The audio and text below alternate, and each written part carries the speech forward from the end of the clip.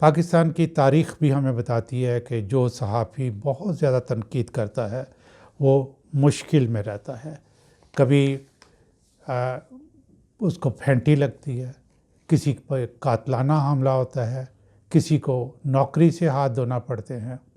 آپ تنقید کو لوگوں تک پہنچنے سے روکنے کے لیے ٹیکنیکل حربے مثلاً فائر وال وغیرہ استعمال کی جا رہی ہے. اگر تنقید کو ایک سورس آف امپرومنٹ کے طور پر دیکھنا شروع کر دیں، پرسیپشن بدلیں کہ تعریف کرنے والے خیر خواہ نہیں بلکہ تنقید کرنے والے ہمارے محسن ہیں. وہ ہماری کمزوریاں، غلطیاں بتاتے ہیں، ہمیں اپنے آپ کو بہتر کرنے کا موقع مہیا کرتے ہیں، تو ٹینشن فی الفور ختم ہو سکتی ہے. صرف تنقید کے بارے میں پرسیپشن بدلنے کی بات ہے.